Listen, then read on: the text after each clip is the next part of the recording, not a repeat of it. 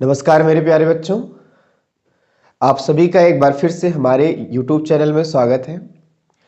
जैसा कि आप सभी लोगों को पता होगा, मैंने आपसे पहले प्रॉमिस किया था कि मैं अब नेक्स्ट क्लास में एक नए चैप्टर के साथ आपके सामने आऊँगा।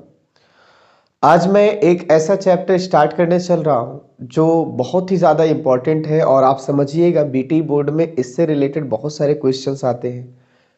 आज से एक ऐसे चैप्टर की ओर हम चल रहे हैं जिसमें आप न्यूमेरिकल भी पेपर में देखेंगे, बहुत सारा पूछा गया है और काफ़ी बच्चों को ये चैप्टर थोड़ा सा टफ लगता है। वो इसलिए लगता है क्योंकि ये मैथमेटिकल चैप्टर है। इस चैप्टर का नाम है केमिकल काइनेटिक्स। केमिकल काइनेटिक्स, जिसे हम सभी लोग हिंदी में कहते हैं रासायनिक बलगतिकी। तो हम सभी लोग सबसे इम्पॉर्टेंट एक छोटा सा टॉपिक है तो छोटा सा है, लेकिन पहले से मैंने कह दिया कि ये मैथमेटिकल टॉपिक है। जिसको मैथ आती होगी उसको बहुत अच्छा लगेगा ये चैप्टर, जिसका नाम क्या है, केमिकल काइनेटिक्स। ठीक है, देखिए इसमें आपको तीन चार बातों को थोड़ा सा समझना होगा, दो तीन बातें। इस चैप्टर में आज हम जो चर्चा करने वाले हैं वो हम चर्चा करने वाले हैं रेट ऑफ रिएक्शन के बारे में। देखिए रेट ऑफ रिएक्शन का मतलब क्या होता है, जिसे हम कहते हैं अभिक्रिया वेग के बारे में हम चर्चा करने वाले हैं। आखिरकार अभिक्रिया वेग होता क्या है। इससे पहले आपको मैं ये बताना चाहता हूं कि आप ये सोचो कि केमिकल काइनेटिक्स होती क्या है। तो आप बोलेंगे केमिकल काइनेटिक्स हमारे केमिस्ट्री की एक ऐसी ब्रांच है जिसमें हम किसी भी रिएक्शन का रेट ऑफ रिएक्शन देखते हैं, जिसमें हम किसी भी अभिक्रिया का अभिक्रिया वेग देखते हैं। और इतना ही नहीं, हम ये देखने की कोशिश करते हैं कि अभिक्रिया वेग किन किन कारकों से प्रभावित होती है। मतलब मेरे कहने का है कि हम सभी लोग केमिकल काइनेटिक्स में दो चीजें स्पेशली जानने की कोशिश करते हैं। एक तो ये कि रेट ऑफ रिएक्शन क्या है, दूसरी बात ये कि हमको फैक्टर्स देखने हैं, फैक्टर्स विच अफेक्ट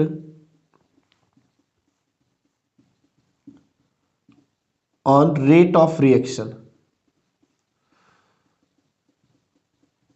इसको हिंदी में बोले तो आप कह सकते हैं कारक जो अभिक्रिया वेग को प्रभावित करेंगे, अभिक्रिया वेग को प्रभावित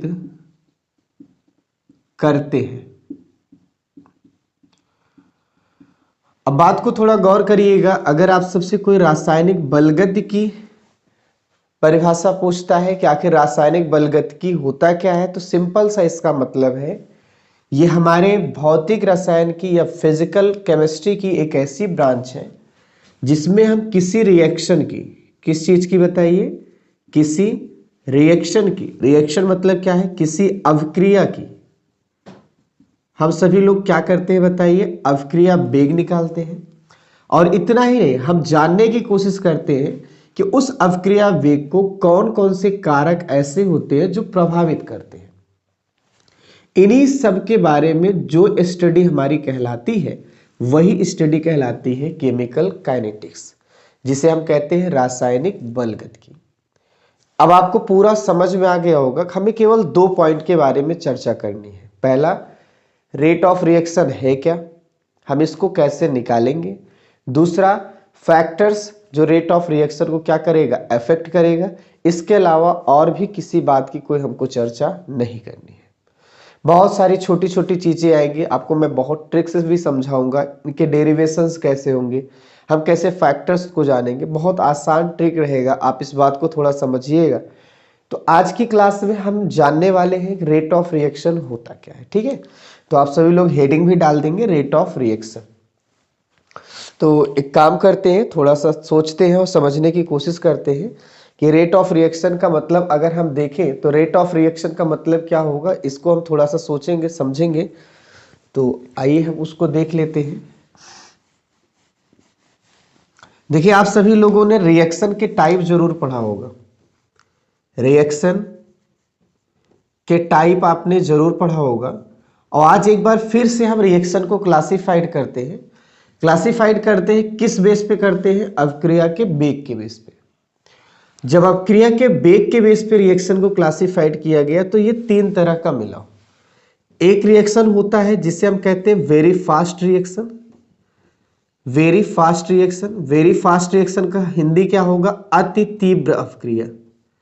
नाम से पता चल रहा है कि ये वो अवक्रिया है जिसकी स्पीड बहुत क्या होती है? ज्यादा होती है। इतनी ज्यादा होती है कि शायद हम इसके अवक्रिया वेग को मेजर नहीं कर पाते। अति तीव्र अवक्रिया का मतलब होगा, आप बोल सकते हैं कि जो इसका रेट ऑफ रिएक्शन होगा, जो अवक्रिया वेग होगा, वो बहुत ही क्या होगा? ज्यादा होगा, वेरी फास्ट होगा। शायद इतना ज्यादा होगा कि हम सभी लोग इस अवक्रिया वेग को मेजर नहीं कर पाएंगे, नहीं माफ कर सकते हैं। इसको कितने तेजी से हो गया इस बात का पता नहीं चलेगा। हमें पता है कि वेग को मेजर कौन करता है? स्पीडोमीटर करता है। हम सभी लोगों के पास ऐसा कोई स्पीडोमीटर नहीं है जो इस तरह के रिएक्शन की स्पीड को मेजर कर सके। तो मन में होता है कि आखिर ये कौन से रिएक्शंस होते हैं। तो आपको मैं एग्जांपल के तौर पे बता देता हूं। जितने भी आयोनिक रिएक्शंस होते हैं, जितने भी आयोनिक रिएक्शन मतलब जितने भी आयनिक अवक्रिया होता है, आप याद रखेंगे वो सारी आयनिक अवक्रिया बेस्ट एग्जांपल हुआ करती हैं वेरी फास्ट रिएक्शन के। आयनिक अवक्रिया मतलब क्या होता है? आयन के बीच में होने वाली अवक्रिया। आयन का मतलब होगा प्लस होगा और वहां पर क्या होगा? माइनस होगा। इनके बीच में केवल तो केवल अट्रैक्शन होता है। केवल क्या होता है? अट्रैक्शन होता है। और वो भी अट्रैक्शन होता है इलेक्ट्रोस्टैटिक वाला। वो भी कौन सा होता है? इलेक्ट्रोस्टैटिक अट्रैक्शन होता है, या हम इसे कह सकते हैं वैद्युत आकर्षण होता है। और हम सभी लोगों को थोड़ी सी भी जानकारी हो तो पता है कि वैद्युत आकर्षण बहुत स्ट्रांग होता है। मतलब ये प्लस और माइनस बड़ी तेजी से आकर्षित होगा और उसके बाद प्रोडक्ट क्या होगा? बन जाएगा। प्रोडक्ट मतलब क्रियाफल क्या होगा? बन जाएगा।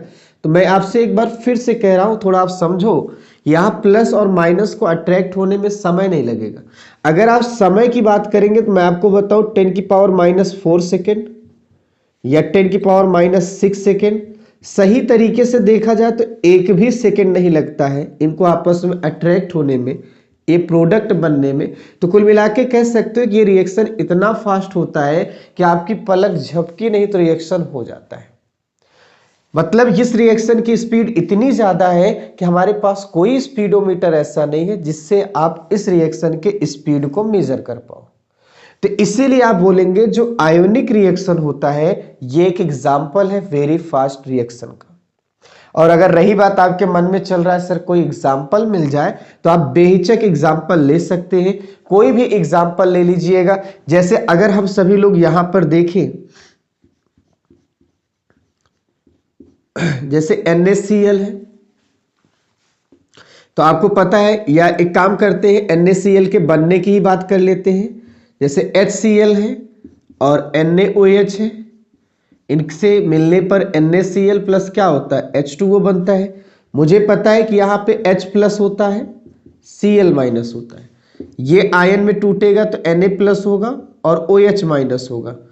यहाँ पे कुछ भी नहीं करना होता है, ये जो Cl माइनस से Na प्लस से आ जाता है तो ये NaCl बन जाता है, और H प्लस OH माइनस आता है तो क्या बन जाता है? H2O बन जाता है। आप देख लो ये रिएक्शन किसके बीच में हो रहा है? आयंस के बीच में हो रहा है। तो आयनों के बीच में होने वाली अवक्रिया को हम आयनिक अवक्रिया कहते हैं, जो बड़ी ही स्पीड में होती है और इसके स्पीड को हम भाई साहब मेजर नहीं कर पाते। तो ये पहले टाइप की अवक्रिया है जिसका एक एग्जाम्पल मैंने दिया आयनिक। मन में आपको आ रहा होगा क्या यही एक अवक्रिया आपके पास होती है जो बहुत तेज होती है? जी नहीं, आपके पास ऐसी बहुत सारी अवक्रिया होती है। मैं आपको उनका भी एग्जाम्पल बता देता हूं। आपने शायद एक अवक्रिया सुना होगा, प्रिसिपिटेशन अवक्रिया। नहीं सुने हैं तो आप याद रखना, जिसे कहा जाता है अवक्षेपण अवक्रिया। अवक्षेपण अवक्रिया का मतलब है कि एक ऐसी अवक्रिया जिसमें अवक्षेप बनता हो। देखिए अवक्षेप बनने का मतलब नीचे कोई ना कोई चीज बच जाता होगा, नीचे कोई ना कोई चीज बन जाएगा। जैसे मैं एक एग्जांपल लेता हूं, मेरे पास जैसे NaCl है, अगर इसी में आप सिल्वर नाइट्रेट मिला दोगे, क्या मिला दोगे? Silver nitrate. ये आपके पास साल्ट है, नमक है, अगर आप सिल्वर नाइट्रेट मिला देंगे तो यहां पर आप देखेंगे तुरंत के तुरंत AgCl का प्रिसिपिटेट बन जाएगा। प्रिसिपिटेट मतलब अवक्षेप, नीचे बैठ जाएगा। सिल्वर क्लोराइड का व्हाइट कलर का रहेगा, कैसा रहेगा? व्हाइट कलर का रहेगा, और यहाँ NaNO3 सॉल्यूशन में रहेगा। बात को थोड़ा गंभीरता से लीजिएगा कि आप जैसे ही NaCl, मैं आपको बता दे रहा हूं, आप एक काम करेंगे, लैब में जाइए, वहां पे एक टेस्ट ट्यूब लीजिए, टेस्ट ट्यूब में आप जैसे ही NaCl का घोल लेंगे, मान लीजिए ऐसे ही ले लिए NaCl का घोल, आप थोड़ा सा भी AgNO3 मिलाए, जैसे इधर मिलाना हुआ वैसे यहां आप देखेंगे व्हाइट कलर का PPT नीचे क्या होगा? बैठ जाएगा। यहाँ रिएक्शन बड़ा फास्ट होता है, मिलाते मान ही आपका PPT मिल जाता है। तो ये आपसे बताया जाएगा भाई, जितनी भी PPT अवक्रिया होती है, प्रेसिपिटेट वाली अवक्रिया होती है या अवक्षेपण वाली अवक्रिया होती है, वो सब बहुत तेज होती है, इनको समय ही नहीं लगता। और समय की बात मैंने जो अभी बताया कि सेकंड भी सही तरीके से नहीं लग सकता, with in fraction of second, मतलब 1 सेकंड का कुछ भाग, पलक झपकते रिएक्शन पूरा हो जाएगा। तो ऐसी अवक्रिया हमारे पास क्या है? वेरी फास्ट में आएंगे। और मैं बोल चुका हूं, हम सभी लोगों को इस चैप्टर में अवक्रिया वेग जानना है, ये जानने की कोशिश करना है कि अवक्रिया वेग को प्रभावित करने वाले कारक कौन से हैं। तो इस तरह के रिएक्शन का जब आप अवक्रिया वेग नहीं निकाल सकते तो प्रभावित करने वाले कारक कहां से निकाल पाओगे? मतलब इस तरह के रिएक्शन को इस चैप्टर में नहीं पढ़ना है। बात समझ पाए? हाँ, आपको और अगर कोई एग्जांपल चाहिए तो आपको मैं बता दूं, आप सभी लोग रेडॉक्स रिएक्शन सुने होंगे, रेडॉक्स रिएक्शन, बट सभी रेडॉक्स नहीं, कुछ स्पेशल आगे चल के आपको मैं बताऊंगा। आपने एक न्यूट्रलाइजेशन रिएक्शन सुना होगा। न्यूट्रलाइजेशन मतलब ये होता है उदासीनीकरण, उदासीनीकरण। वो भी अवक्रिया आपकी क्या होती है? बहुत तेज वाली में आती है, पर वो उदासीनीकरण जो प्रबल अम्ल और प्रबल क्षार के बीच में बनती है। बात को थोड़ा समझिएगा, जो भी आपका उदासीनीकरण अवक्रिया प्रबल अम्ल और प्रबल क्षार के बीच में होगा, मतलब स्ट्रॉन्ग एसिड और स्ट्रॉन्ग बेस के बीच में होगा, तो आप समझ लीजिएगा वो आपका कहीं ना कहीं एक न्यूट्रलाइजेशन रिएक्शन वेरी फास्ट में आएगा। इनके स्पीड को आप डिटरमाइन नहीं कर पाएंगे। तो हमने पहली तरह की अवक्रिया को समझाया जो बहुत तेज हो रही है, ठीक है। अब एक दूसरी तरह की अवक्रिया है, आप उसको भी देख लीजिएगा। यानी पहली वाली का भी आपने अवक्रिया वेग नहीं मेजर कर पाया। अब दूसरी तरह की अवक्रिया में है very slow reaction, very slow reaction. इसे हम बोल सकते हैं अति मंद अवक्रिया। क्या बोला जा सकता है? अति मंद अवक्रिया। देखिए इस अवक्रिया का मतलब ये होगा, नाम से पता चल रहा है कि ये आपकी ऐसी अवक्रिया है जिसका अवक्रिया वेग मतलब रेट ऑफ रिएक्शन बहुत ही कम होगा, वेरी लो, बहुत ही क्या होगा? कम होगा। इतना कम होगा कि आप सभी को लगेगा ही नहीं कि रिएक्शन हो रहा है, आप सभी को थोड़ा सा भी एहसास नहीं होगा कि रिएक्शन हो रहा है। अब इस तरह के रिएक्शन का भी स्पीड हम नहीं मेजर कर सकते, क्योंकि एक स्पीडोमीटर भाई एक रेंज में स्पीड को मेजर करता है। उस रेंज से अगर कम रहा तो भी नहीं कर पाएगा और ज्यादा रहा तो भी नहीं कर पाएगा। पिछली वाली अवक्रिया का भी अवक्रिया वेग नहीं माप पाए थे और इस वाली अवक्रिया का भी अवक्रिया वेग नहीं माप पाएंगे। वो बड़ी तेज हो जाती थी इसलिए नहीं माप पाते थे, और इसका दुर्भाग्य केवल इतना है ये अवक्रिया बहुत स्लो होती है, इस वजह से इसका अवक्रिया वेग हम नहीं माप सकते। ऐसे में एग्जाम्पल क्या होता है, जिसका एक एग्जाम्पल बहुत ज्यादा फेमस है जिसे हम कहते हैं रस्टिंग। रस्टिंग का मतलब होता है जंग का लगना। अगर आप सभी लोग लोहे में देखे होंगे तो जंग लगता है तो जंग एक दिन में नहीं लगता है, उसको लगने में 3-4 महीने 6-7-8 महीने लग जाते हैं। आप अगर उसी लोहे को लगातार आप रोज के रोज देखते रहेंगे तो लोहे में कोई परिवर्तन होता नहीं नजर आएगा।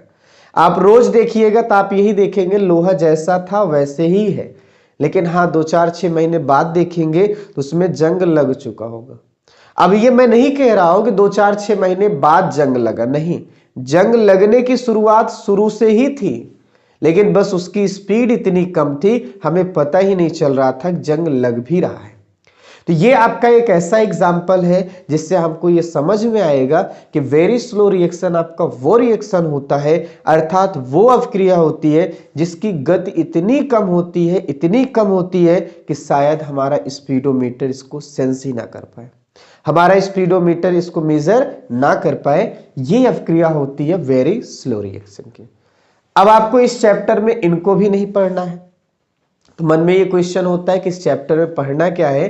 तो अब हम आते हैं उस पॉइंट को जिसको हम सभी लोगों को इस चैप्टर में पढ़ना है, और वो नाम कहलाएगा मॉडरेट रिएक्शन। आप बात समझिएगा, क्या नाम कहलाएगा?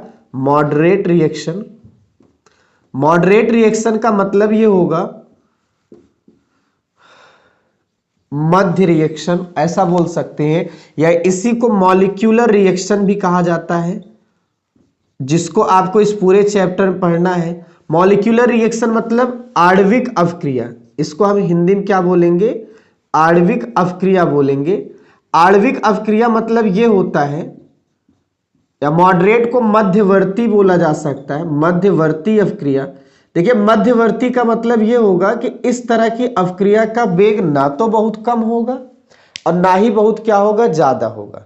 हाँ इतना होगा कि आप आपकी अवक्रिया वेग को मेजर कर सकते हो, अवक्रिया वेग को माप सकते हो। तो आप बोल सकते हैं ये वो अवक्रिया होती है जिसके अवक्रिया वेग को मापा जा सकता है, क्योंकि इनका अवक्रिया वेग ना तो बहुत ज्यादा होता है और ना ही बहुत क्या होता है, कम होता है। तो इस तरह की अवक्रिया को हम क्या कहते हैं? मॉडरेट रिएक्शन बोलते हैं। और इतना ही नहीं, इसका एक बहुत पॉपुलर एग्जाम्पल है मॉलिक्यूलर रिएक्शन, इसीलिए कभी कभी मॉडरेट रिएक्शन को मॉलिक्यूलर रिएक्शन भी कहा जाता है। मॉलिक्यूलर रिएक्शन का मतलब आणविक अवक्रिया, आणविक अवक्रिया का मतलब है अणुओं के बीच में होने वाली अवक्रिया।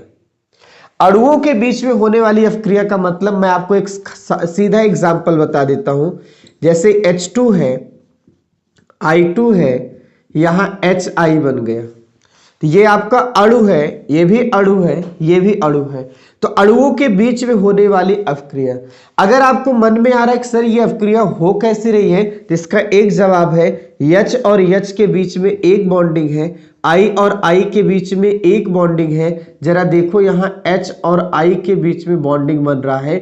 मैं आपसे फिर कह रहा हूं, देखो पहले बॉन्डिंग H और H के बीच में है, क्या अब बॉन्डिंग H और H के बीच में है? नहीं।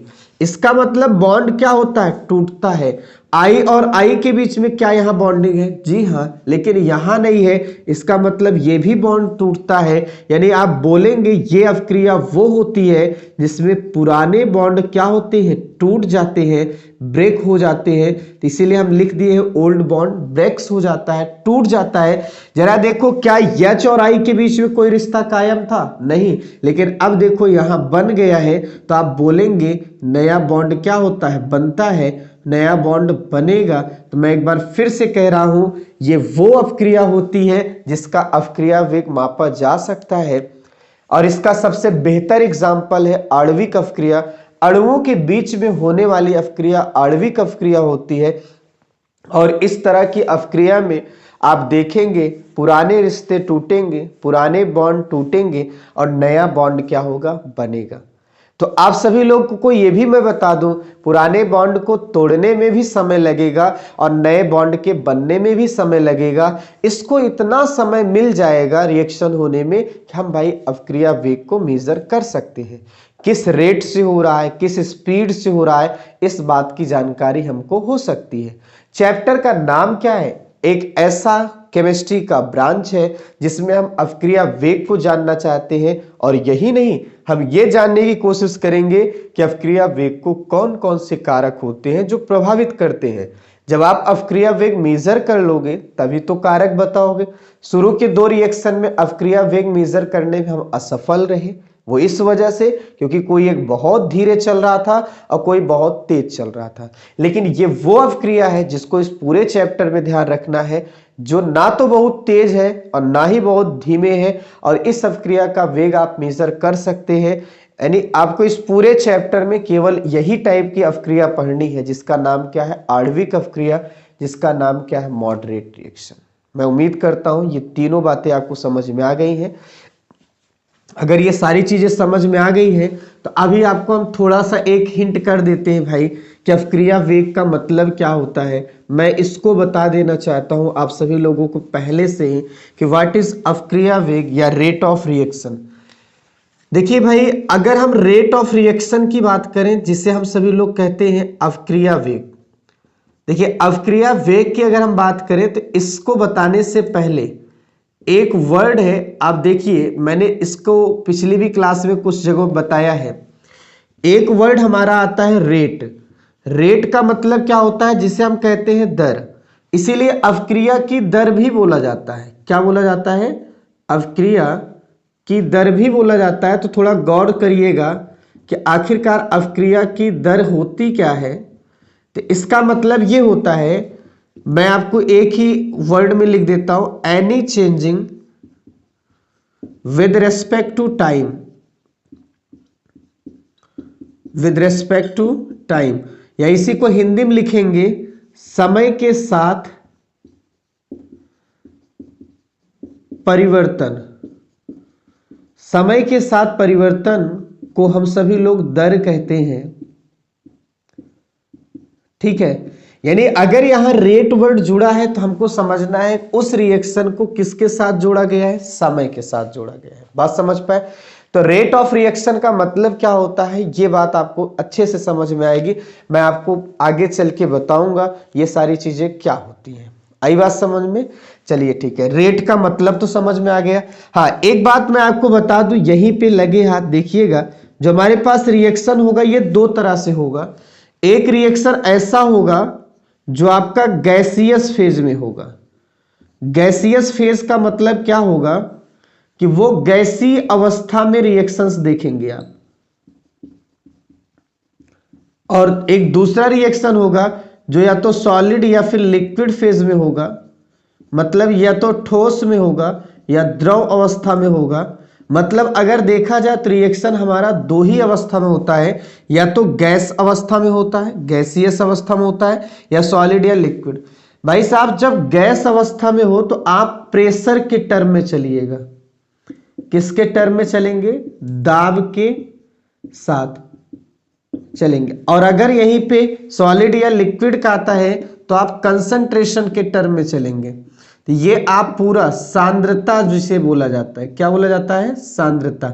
मेरे कहने का मतलब ये सारी चीजें निचोड़ है इस चैप्टर का। थोड़ा सा याद रखना कि जब कभी भी कोई रिएक्शन मेरा गैसियस होगा, यानी गैसों के बीच में रिएक्शन होगा, तो हम प्रेशर के टर्म में चलेंगे। और अगर कोई रिएक्शन आपका सॉलिड या लिक्विड में है तो आप सभी लोग सांद्रता के टर्म में चलेंगे। ठीक है, अब आपको हम एक छोटी सी बात बता ही देते हैं, अपक्रिया वेग होता क्या, आज परिभाषा बता देते हैं, कल आपको इसके टाइप और कुछ फैक्टर्स बताएंगे, आप थोड़ा समझिए।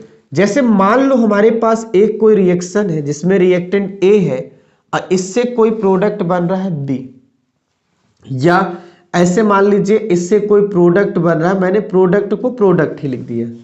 हम सभी लोग रिएक्शन को कुछ टाइम तक थोड़ा सा सोचेंगे। जैसे एकदम शुरू वाले टाइम में देखोगे इसका कुछ ना कुछ इनिशियल कंसंट्रेशन रहेगा, तो आप इस कंसंट्रेशन को पूरे चैप्टर में जीरो मानिएगा, पूरे चैप्टर में। तो ए नॉट माना गया, नॉट का मतलब जीरो टाइम पर ए, मतलब ए क्या है, कंसंट्रेशन है, किसका है, इस ए का। यहां पे क्या बनेगा, प्रोडक्ट जीरो होगा। लेकिन जब कुछ टाइम बीतेगा, आफ्टर सम टाइम, तो आप देखोगे यहां कुछ ना कुछ बन जाएगा। अगर यहां यक्स बना है तो यहां पे बचेगा क्या, ए नॉट माइनस यक्स बचेगा। तो ए नॉट माइनस यक्स होगा क्या, वो होगा एटी होगा। एटी मतलब टी टाइम पर ए का कंसंट्रेशन, जो बराबर होगा ए नॉट माइनस यक्स होगा। बात समझ पाए। मैं फिर कह रहा हूं, जीरो टाइम पे ए नॉट होगा, प्रोडक्ट क्या होगा, जीरो होगा। टी टाइम पे एटी होगा, एटी बराबर ए नॉट माइनस एक्स, मतलब जितना प्रोडक्ट क्या हुआ होगा, बना होगा। अब आप इन सभी में देख लो, टाइम के साथ इनमें में भी बदला हुआ है, इनमें में भी बदला हुआ है। तो हम लिख सकते हैं एक बात कि अगर देखा जाए तो टाइम के साथ, समय के साथ, थोड़ा देखिएगा, समय के साथ यह अभिकारक है, अभिकारक, और ये क्रियाफल है, क्रियाफल में बदलाव आ रहा है। अब वो बदलाव किस तरह का है आप उसको देखिएगा। बदलाव आ रहा है, पर वो बदलाव किस तरह का है? वो बदलाव आपका आ सकता है दो चीजें में। एक बदलाव आ सकता है सांद्रता में, और एक बदलाव आ सकता है दाब में। क्योंकि मैंने अभी बताया, अगर वो अवक्रिया आपकी गैसों के बीच में हो रही है, गैसीय अवक्रिया है, तो आप सभी लोग बोलेंगे कि वहां पे बदलाव दाब में हो रहा है। और अगर वो अवक्रिया मान लीजिएगा विलयन में हो रहा है, किसमें हो रहा है? विलयन में हो रहा है, तो आप क्या बोलेंगे? सांद्रता में। बात समझ पाए? तो क्या बोला मैंने? समय के साथ अभिकारक या क्रियाफल में बदलाव आ रहा है, और यह बदलाव सांद्रता का हो सकता है या दाब का हो सकता है। इसी को इंग्लिश में कह सकते हैं, अगर आप इंग्लिश में इंटरेस्टेड है तो ऐसे बोल सकते हैं, changing with respect to time, with respect to time यहां हो रहा है। और ये चेंजिंग किस में हो रहा है बताइए? या तो कंसंट्रेशन बदल रहा है, कंसंट्रेशन, या फिर प्रेशर बदल रहा है। किस चीज का? रिएक्टेंट का, या फिर किस चीज का बताइए? प्रोडक्ट का। तो समय के साथ साथ यह बदलाव देखा जा रहा है। तो आपको मैंने अभी बताया, समय के साथ अगर कोई बदलाव आता है तो ही रेट कहा जाता है। तो समय के साथ रिएक्शन में बदलाव को अवक्रिया वेग कहा जाता है। समय के साथ अवक्रिया में बदलाव को अवक्रिया वेग कहा जाता है। या समय के साथ अभिकारक की सांद्रता में बदलाव या क्रियाफल की सांद्रता में बदलाव, यह आपका अवक्रिया वेग होगा। समय के साथ अभिकारक के दाब में परिवर्तन, क्रियाफल के दाब में परिवर्तन, यह अवक्रिया वेग होगा। मतलब आप कहेंगे समय के साथ चाहे अभिकारक होगा चाहे क्रियाफल होगा, इसमें जो भी बदलाव आएगा, चाहे सांद्रता में बदलाव आएगा चाहे वहां पे दाब में परिवर्तन आएगा, वो भाई अवक्रिया वेग कहलाएगा। मैं आशा करता हूं आज की क्लास आपको समझ में आई है। मैं नेक्स्ट क्लास में अवक्रिया वेग को और डीप में बताऊंगा, और आपको इसके टाइप बताऊंगा, और कुछ फैक्टर्स बताऊंगा किन किन बातों पे डिपेंड करता है। तो आज के लिए बस इतना ही।